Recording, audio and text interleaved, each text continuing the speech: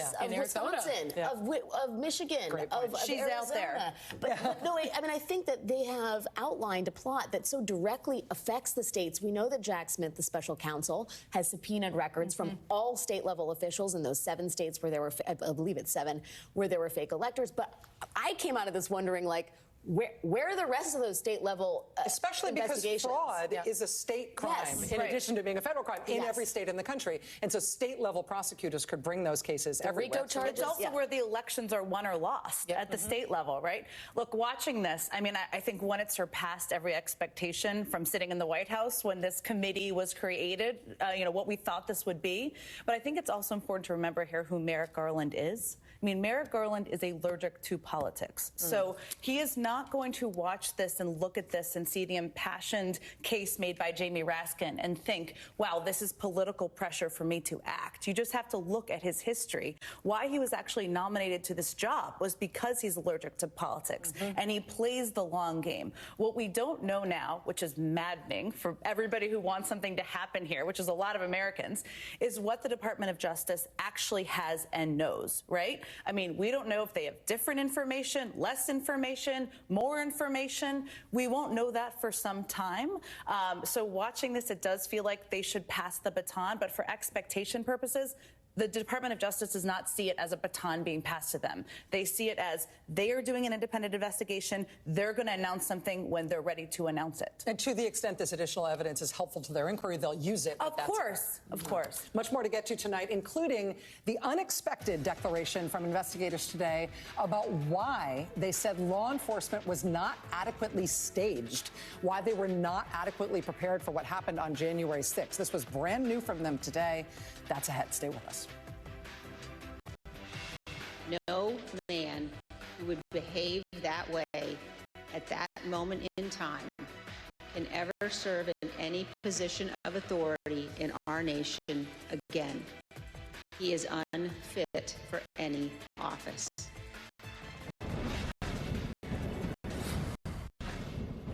Seeing evidence of fraud on a scale that would have impacted the outcome of the election. And I was becoming increasingly concerned that we were damaging his legacy.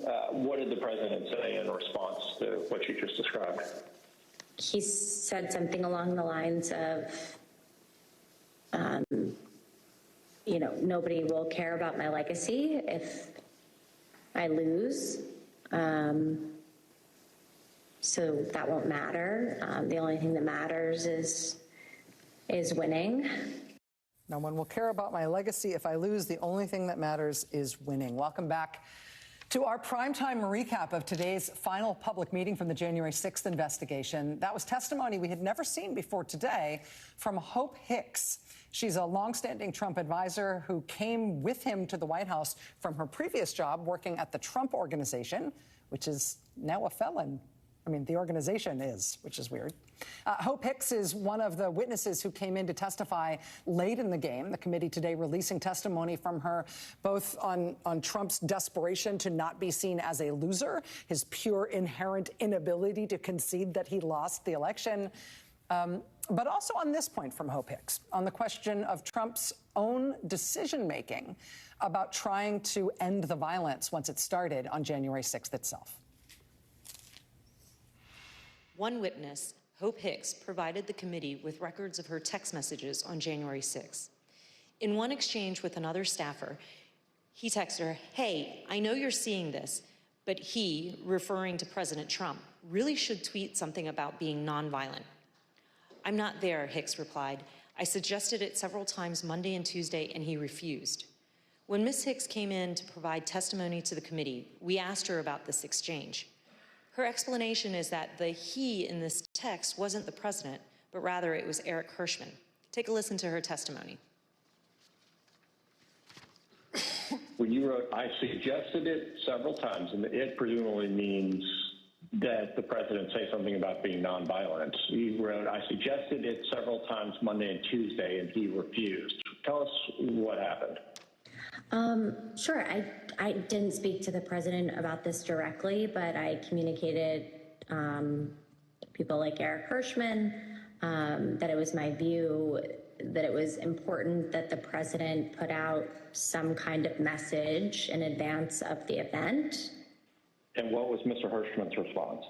Mr. Hirschman said that he had made the same, recommendation directly to the president, and that he had refused.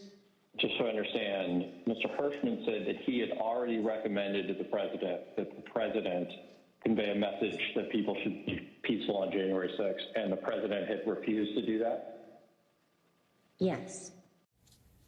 The president had refused to do that. Again, longtime Trump employee and advisor Hope Hicks. We saw her testimony today for the first time. On that point, though, of Trump being told, essentially being begged to tell his supporters to stop being violent on January 6th, the investigators today released a sort of unexpected finding, an interesting finding, about why they believe the Capitol was not better protected by law enforcement agencies on the day of the attack. This is from the introduction to their report, this written introduction, 154 pages, that was released by the investigation today. They say, quote, neither the intelligence community nor law enforcement obtained intelligence in advance of January 6th on the full extent of the ongoing planning by President Trump, John Eastman, Rudolph Giuliani, and their associates to overturn the certified election results. Such agencies apparently did not and potentially could not anticipate the provocation President Trump would offer the crowd in his ellipse speech. That President Trump would, quote, spontaneously instruct the crowd to march to the Capitol. That President Trump would exacerbate the violent riot by sending his 2:24 p.m. tweet condemning Vice President Pence, or the full scale of the violence and lawlessness that would ensue. Nor did law enforcement anticipate that President Trump would refuse to direct his supporters to leave the Capitol once violence began. No intelligence community advance analysis predicted exactly how President Trump would behave. No such analysis recognized the full scale and extent of the threat to the Capitol on January 6th. In other words, they knew a mob of Trump supporters would be in D.C. That wasn't going to be a first-time thing. They didn't anticipate a directed 1,000-strong assault on the building housing Congress because they didn't know what Trump himself was going to do that day. They didn't know that Trump himself would provoke that to happen. The Republican pushback to the January 6th investigation, to the extent that there has been any substantive pushback at all, has thus far been to say that the whole investigation shouldn't focus on Trump. It should focus on the terrible police and the terrible National Guard and how terrible it was that the security wasn't better at the Capitol, that the security wasn't able to stop the pro-Trump mob. Well, here's the investigators themselves saying, yeah, we looked at that. We think the police and the intelligence agencies were prepared for a normal day of angry pro-Trump demonstrators. What they weren't prepared for was the President of the United States to personally provoke and direct an insurrectionary attack by those people that day. They were prepared for Trump supporters to do their thing. They weren't prepared for Trump to personally incite the attack the way he did.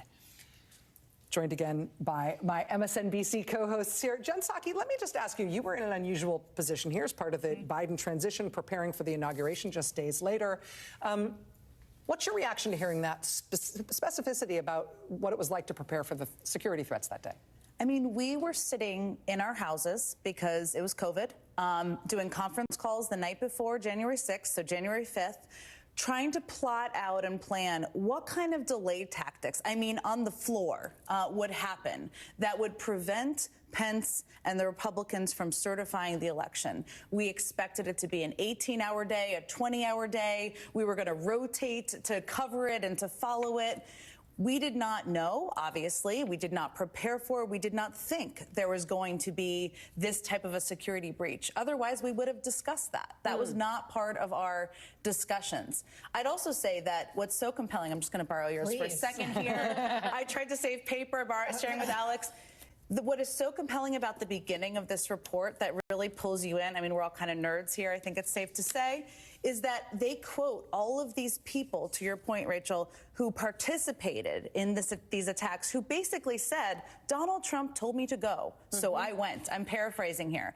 But they quoted people, which is so effective, I think, because it goes to the point of why they went, what led them there, why they went to the Capitol. But it's not just people specifically talking about, I came to D.C. It's them saying, I went to Congress. Yes, I went to the building where Congress was that day because at the Ellipse, he told us to go. Yes. And the investigators are saying that's the part that the police weren't ready. Well, and you have firsthand accounts of people in that crowd saying he's not going to say outright that we should march into the Capitol. It's got to be spontaneous. That's the most we're going to get.